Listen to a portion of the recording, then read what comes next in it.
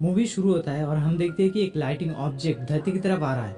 New York का एक छोटा लड़का जॉश इसे अपने टेलीस्कोप से देख रहा था और वो लाइटिंग ऑब्जेक्ट बहुत तेजी से उसी के घर के फिश पॉट में घुस जाता है और वहाँ का सारा पानी अपने अंदर सोखने लगता है। ये देखकर जॉश हैरान हो जाता है। इसके बाद 3 महीने बीत जाते हैं और हम देखते हैं कि फिर से एक लाइटिंग ऑब्जेक्ट धरती की तरफ आ रहा है और ये पहले वाले से काफ़ी बड़ा है और ये लिबर्टी आइलैंड पर क्रैश करता है। आग बुझने पर हम देखते हैं कि ये एक इंसान है। इसके बाद ये इंसान अजीब तरह से चलने लगता है और शहर के अंदर चला जाता है। सभी लोग उसे अजीब निगाहों से देख रहे थे क्योंकि वो एक रोबोट की तरह चल रहा था। रास्ता क्रॉस करते वक्त वो एक गाड़ी से टकरा जाता है, लेकिन उसे कुछ नहीं होता, सिर्फ उसके पैर में मोच आ जाता है। जब गाड़ी चलाने वाला उसे रेस्क्यू करने पहुंचते हैं तब तक वो वहां से गायब हो जाता है और हम देखते हैं कि वो एक सुनसान गली में जाकर रुक गया है और तब उसका कान एक गेट की तरह खुल जाता है जिसमें से एक छोटा आदमी बाहर निकलकर रस्सी के सहारे पैर तक पहुंच जाता है और वहां पर एक स्विच दबाता है जिससे एक गेट खुलता है और हम देखते हैं कि अंदर बहुत सारे वायर्स टूटा हुआ है। अब वो उस वायर्स को ठीक करने लगता है। तभी हम देखते हैं कि जो पैर को कंट्रोल कर रहा था वो उसके पास जाता है जो सर को कंट्रोल कर रहा है। मतलब ये कोई इंसान या एलियन नहीं है बल्कि पूरी की पूरी एक स्पेसशिप है जिसे बहुत सारे छोटे छोटे एलियन लोग कंट्रोल कर रहे हैं। इन सभी को नंबर के द्वारा इंट्रोड्यूस कराया गया है। जैसे नंबर 1 है शिप का कैप्टन, नंबर 2 है कैप्टन का असिस्टेंट, नंबर 3 है सिस्टम इंचार्ज। ऐसे ही सभी को इंट्रोड्यूस कराया गया है। यहाँ पर कैप्टन को बताया जाता है कि शिप की हालत खराब हो गया है, इसे पूरी तरह से ठीक करने में 2 से 3 दिन समय लग जाएगा और शिप की ट्रैकिंग सिस्टम भी खराब हो गया है।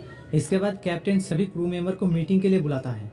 इनके बातों से हमें पता चलता है कि ये लोग प्लेनेट नील से यहाँ पर आए हैं। इन्हें हमारी धरती की पानी चाहिए क्योंकि इनके प्लेनेट का रिसोर्स खत्म हो गया है और इनके प्लेनेट अब तबाही की कगार पर है। धरती के पानी से ही इनके प्लेनेट को बचाया जा सकता है, इसलिए इन्होंने पृथ्वी पर एक बॉल को भेजा था पृथ्वी के पानी को कलेक्ट करने के लिए। लेकिन वो बॉल समुद्र की जगह कहीं और जाकर गिरता है। कहाँ गिरा था ये तो हमें पता ही है। अब ये सभी उस बॉल को ढूंढने के लिए आए हैं ताकि समुद्र से पानी को कलेक्ट कर सके। तभी जॉश अपनी खिड़की से स्पेसशिप को देख लेता है और वो अपने माँ को बुलाता है। यहाँ पर हम देखते हैं कि ये वही लेडी है जिसकी कार से स्पेसशिप टकराया था। अब जॉश और उसका माँ स्पेसशिप के पास आ जाते हैं और जॉश की माँ एक्सीडेंट के लिए स्पेसशिप से माफी मांगती है। लेकिन स्पेसशिप के अंदर सभी एलियन घबरा जाते हैं क्योंकि भले ही ये बाहर से इंसानों की तरह दिखता हो, लेकिन अंदर एलियनों को पता नहीं है कि इंसानों के साथ कैसे बात किया जाए या कैसे उनसे बिहेव किया जाए। इसीलिए वो लोग गूगल का हेल्प लेते हैं। दूसरी तरफ हमें पुलिस वालों को दिखाया जाता है जो इस घटना की जांच पड़ताल कर रहे हैं। उन्हें क्रैश साइट पर एक इंसान फ्रेश का एक्सप्रेशन मिलता है जिससे उन्हें पता चलता है कि वो कैसा दिखता है। अब वो लोग उस इंसान को ढूंढने लगते हैं। इधर शिप के कैप्टन लेडी से बात करने की कोशिश कर रहा है, लेकिन शिप की स्पीकर की फ्रीक्वेंसी ज्यादा होने की वजह से वहाँ का सभी चीजें टूट जाता है। इसके बाद वो फ्रीक्वेंसी को ठीक करते हैं और लेडी को बताता है मेरा नाम डेव है और मैं ठीक हूँ। अब जॉश की माँ जॉश को स्कूल भेज देती है और डेव को अपने घर पर इन्वाइट करती है। डेव जॉश के घर जाता है और वहाँ पर उसे जॉश का एक फोटो दिखाई देता है जहाँ जॉश के पास उनका बॉल है। जॉश के माँ से पूछने पर वो बताती है कि जॉश इस बॉल को अपने स्कूल की साइंस एग्जीबिशन में दिखाने ले गया था। इसके बाद डेव जॉश की माँ को एक्सक्यूज देकर वहाँ से निकल जाता है और वो जॉश के स्कूल की तरफ जाने लगता है। डेव का मूवमेंट नंबर 2 कंट्रोल कर रहा था। उसे इंसानों पर काफी गुस्सा आ जाता है क्योंकि कोई भी इंसान रूल्स और रेगुलेशन का फॉलो नहीं कर रहे थे और नंबर 2 का गुस्सा देखकर कैप्टन एक क्रू मेंबर को उसके ऊपर नजर रखने के लिए कहता है। जब डेव एक पार्क के सामने से गुजर रहा था तब सभी बच्चे उसे देखकर आइसक्रीम वाला समझता है। कैप्टन इस पर काफी गुस्सा हो जाता है, इसलिए वो शिप की ड्रेस चेंज करने के लिए एक शॉपिंग मॉल में जाते हैं। अब कपड़े खरीदने के लिए तो उन्हें पैसा चाहिए, इसलिए वो डेव के हाथ में जो स्कैनर है उससे पैसे को स्कैन करता है और ट्रायल रूम में जाकर पैसे का सेम प्रिंट निकालता है, वो भी शिप की उस जगह से।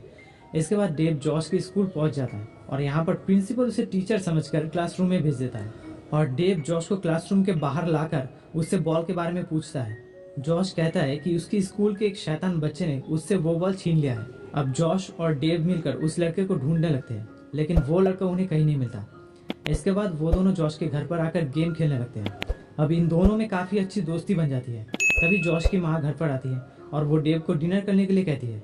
इससे कैप्टन बहुत खुश हो जाते हैं क्योंकि उसे इंसानों के साथ बहुत अच्छा लग रहा था।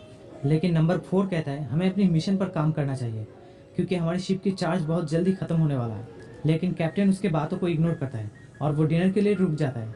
डिनर के बाद जॉश की माँ डेव को उनका घर दिखाती है। यहाँ पर डेव को दीवार पर एक पेंटिंग दिखता है और वो उसका तारीफ भी करता है। तभी वो लेडी कहती है ये पेंटिंग लव को दर्शाती है। डेव उनसे पूछता है हम लव के बारे में कैसे जान पाएंगे। तब वो लेडी कहती है जब तुम्हें लव होगा तब तुम अपने आप समझ जाओगे। ये सुनकर डेव हैरान हो जाता है क्योंकि एलियनों को इमोशंस के बारे में कुछ भी पता नहीं है। इसके बाद वो वहाँ से बाहर आ जाता है। अब जैक का कोई घर नहीं है, इसलिए वो फैसला करता है कि वो फुटपाथ पर ही रात बिताएगा। जब वो सो रहा था तब ठंड से बचने के लिए एक आदमी उसे कंबल देता है। इससे शिप का कैप्टन इम्प्रेस्ड हो जाता है कि इंसान कितने अच्छे हैं, और इसके बाद डेव सो जाता है। शिप के अंदर एक क्रू मेंबर कैप्टन को कहता है कि शिप के अंदर कोई एबनॉर्मल एक्टिविटी हो रहा है। तब कैप्टन कंट्रोल रूम में जाकर देखते हैं कि नंबर 3 अभी भी काम कर रही है।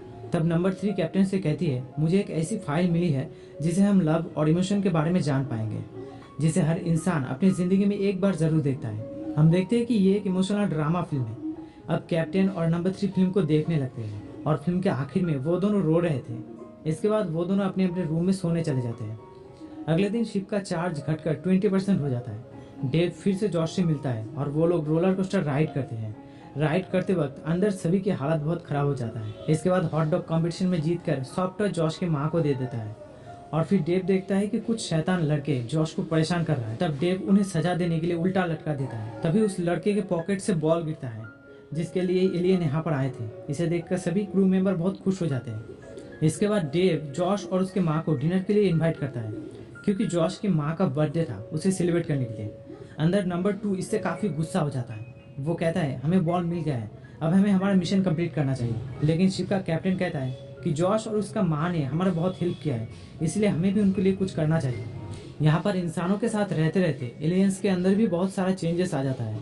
कोई अपने रूम को डांस क्लब बना लिया है, तो किसी में एटीट्यूड आ गया है। और नंबर 3 सज धज कर रेडी हो जाती है क्योंकि वो नंबर 1 के साथ डांस करना चाहती है। लेकिन नंबर 1 उसे मना कर देता है क्योंकि वो शिप को कंट्रोल कर रहा था और शिप जॉश की माँ के साथ डांस कर रहा था।